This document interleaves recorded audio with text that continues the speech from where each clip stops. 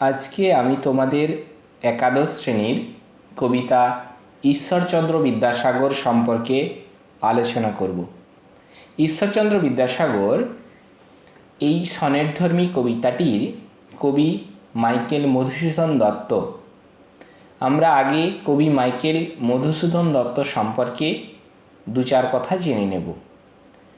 ঊনবিংশ শতাব্দীর অন্যতম বাঙালি শ্রেষ্ঠ কবি, নাট্যকার, বাংলা সনেটের ও অমিত্রাক্ষর ছন্দের প্রবর্তক মাইকেল মধুসূদন দত্ত 1824 সালের 25শে জানুয়ারি যশোর জেলার কপোতাক্ষ নদের তীরে সাগরদাড়ি গ্রামে মধুসূদনের জন্ম। পিতা রাজনারায়ণ দত্ত ছিলেন এক বিশিষ্ট উকিল। পাশ্চাত্য সাহিত্যের দুর্নিবার আকর্ষণবশত মধুকবি ইংরেজি ভাষায় সাহিত্য রচনায় মনোনিবেশ করেন। তবে জীবনের দ্বিতীয় পর্বে মধুসূদন মাতৃভাষার প্রতি আকৃষ্ট হন। এরপরে তিনি অনেক কবিতা লেখেন। ফ্রান্সের ভার্সাই নগরীতে থাকাকালীন পেত্তার্কীয় ভাবনায় কবি রচনা করেন চতুর্দশপদী কবিতাবলী, যেটি 1866 সালে 1 আগস্ট প্রকাশিত হয়। এই চতুর্দশপদী কবিতাবলীর 86তম সনেট ধর্মী কবিতা ঈশ্বরচন্দ্র বিদ্যাসাগর। আমাদের পাঠ্য এই ঈশ্বরচন্দ্র বিদ্যাসাগর কবিতাটি আজ তোমাদের কাছে সবিস্তারে আলোচনা করব। কিন্তু তার আগে এই কবিতাটির কিছু বিশেষত্ব সম্পর্কে আমরা জেনে নেব।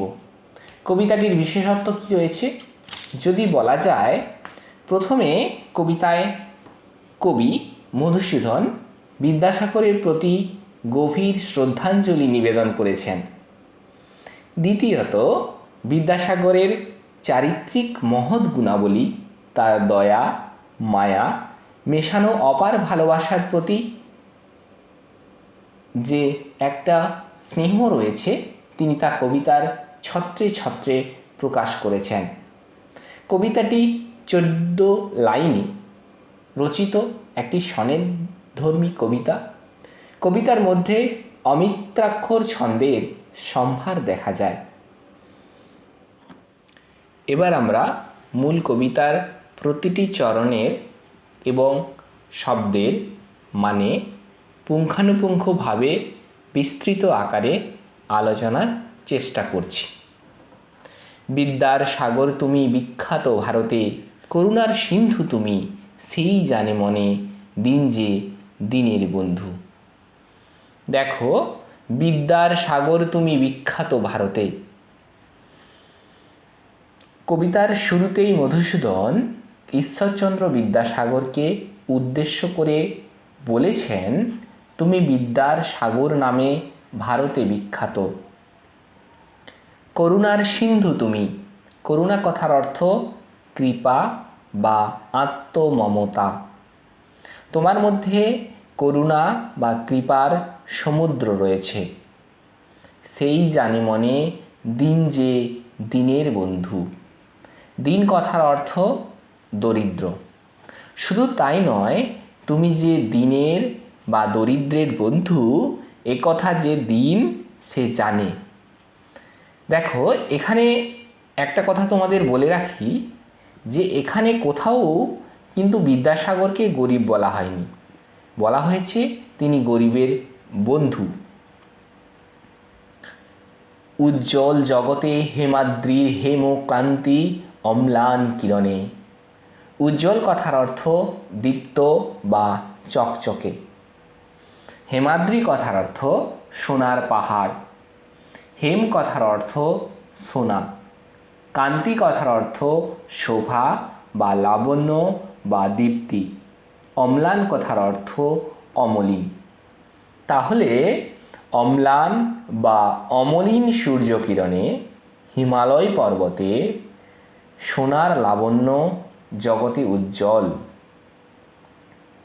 কিন্তু ভাগ্য বলে পেয়ে সে মহাপর্বতে কিন্তু ভাগ্যগুণে যে ব্যক্তি সেই মহান পর্বতকে পায়, যে জন আশ্রয় লয় সুবর্ণ চরণে, সেই জানে কত গুণ ধরে কত মতে গিরিশ। এখানে সুবর্ণ কথার অর্থ সোনা, গিরিশ কথার অর্থ হিমালয়। গিরিশ শব্দটাকে আমি যদি ভাঙি তাহলে গিরি যুক্ত ইস, গিরি কথার অর্থ শিলা বা পর্বত, ইস কথার অর্থ শিব, অর্থাৎ এখানে গিরিশ বলতে হিমালয় পর্বতকেই বোঝানো হয়েছে।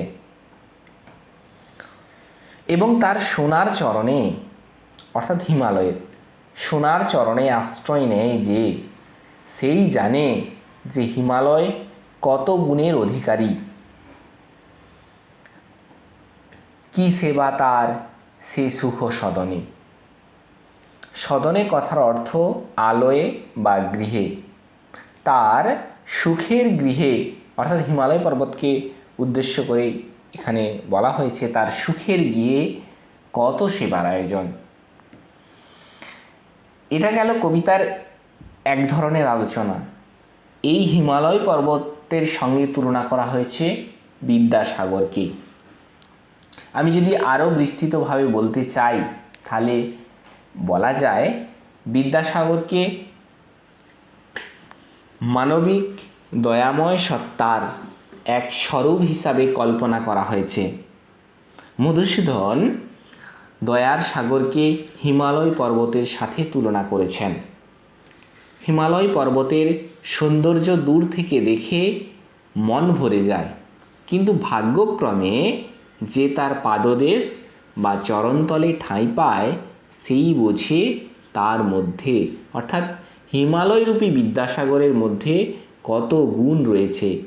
নিজের সর্বস্ব বিলিয়ে দিয়ে তিনি দুঃখীর সেবায় নিয়োজিত হয়েছেন। দানে বাড়ি নদীরূপ বিমলা কিঙ্করী।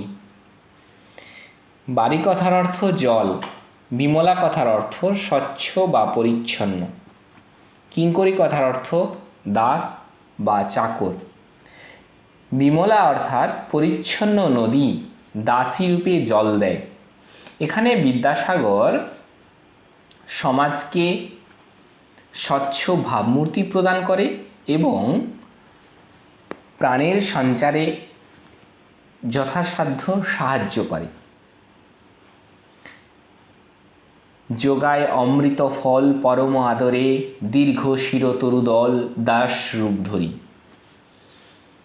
দেখো, অমৃত ফল কথার অর্থ যে যা পান করলে কোনোদিন মৃত্যু হয় না। পরম কথার অর্থ খুব বা অত্যন্ত, এই অর্থে প্রযোজ্য হতে পারে। আদরে কথার অর্থ মর্যাদা বা স্নেহে। শির কথার অর্থ চূড়া। তরুদল কথার অর্থ গাছেদের দল। দাস কথার অর্থ তো তোমরা সবাই জানো, চাকর। রূপ কথার অর্থ বেশ। ধরি কথার অর্থ ধারণ করি। তাহলে এখানে কি দাঁড়াচ্ছে এর মানে? না, দীর্ঘ গাছেরা দাসরূপ ধরে অমৃতের মতো সুস্বাদু ফল দান করে। সমাজের দুঃখীকে তিনি সেবা করেছেন এবং জ্ঞানের বিকাশে সাহায্য করেছেন। মানুষের চোখে তিনি বটবৃক্ষেরই সমতুল্য। পরিমল ফুলকুলো দশদিশ ভরে। পরিমল কথার অর্থ পুষ্পের মধু। পুষ্প চন্দনাদির সৌরভ মর্দন করলে যে সুগন্ধ বের হয় তাকে বলে পরিমল। দিশ কথার অর্থ দিক। পুষ্পের মধুর সুগন্ধে 10 দিক ভরে যায়। এখানে বিদ্যাসাগরের সৌরভ ও তার মহৎ কাজ চারিদিকের প্রাণ সঞ্চারিত করে, এই অর্থেই এই চরণটি বোঝানো হয়েছে। দিবসে শীতল শ্বাস ও ছায়া বনেশ্বরী নিশায় সুশান্ত নিদ্রা ক্লান্তি দূর করে। দিবসে মানে দিনে, বনেশ্বরী বলতে এখানে বনকেই বোঝানো হয়েছে। নিশায় মানে রাত্রে। সুশান্ত কথার অর্থ প্রশংসনীয় বা শান্তি। নিদ্রা কথার অর্থ ঘুম, ক্লান্তি কথার অর্থ অবসাদ। অর্থাৎ দিনের বেলায় শীতল শ্বাস ও ছায়া প্রদান করে কে? বিদ্যাসাগর। এবং রাত্রির শান্তির ঘুম ক্লান্তি দূর করে। অর্থাৎ দিনের দাবদাহের মাঝে তুমি শান্তির আশ্রয়স্থল এবং রাত্রে ক্লান্তি হরণকারী। কবিতার সমস্ত আলোচনার পর আমরা পরিশেষে কথা বলতে পারি, বিশ্বের দরবারের কাছে বিদ্যাসাগরের অপরিসীম জ্ঞানের ভাণ্ডারকে কবি মধুসূদন উন্মোচন করতে চেয়েছেন। ঈশ্বরচন্দ্র সারা জীবন ধরে আর্তের সেবা, দরিদ্রের মুখে অন্ন তুলে দিয়ে বহুমুখী প্রতিভাকে সমাজে বিতরণ করেছেন। কখনো নদীরূপে, কখনো বৃক্ষরূপে, কখনো বা দিন ও রাত্রির যন্ত্রণার মাঝে প্রশান্তির ছায়া ও ক্লান্তি হরণকারী রূপে। এমন শ্রদ্ধেয় মানুষকে শ্রদ্ধার্ঘ্য নিবেদন করা ছাড়া কোনো উপায় থাকে না। তার সেই শ্রদ্ধার্ঘ্য নিবেদন করার জন্যই কবি মধুসূদন এই কবিতাটি লিখেছেন। আজ আপাতত এই পর্যন্তই। আমার ভিডিও যদি তোমাদের ভালো লেগে থাকে তাহলে চ্যানেলটিকে সাবস্ক্রাইব করে দিও, একটা লাইক দিয়ে দিও এবং বন্ধুদের মধ্যে শেয়ার করতে ভুলো না। সবাই ভালো থেকো।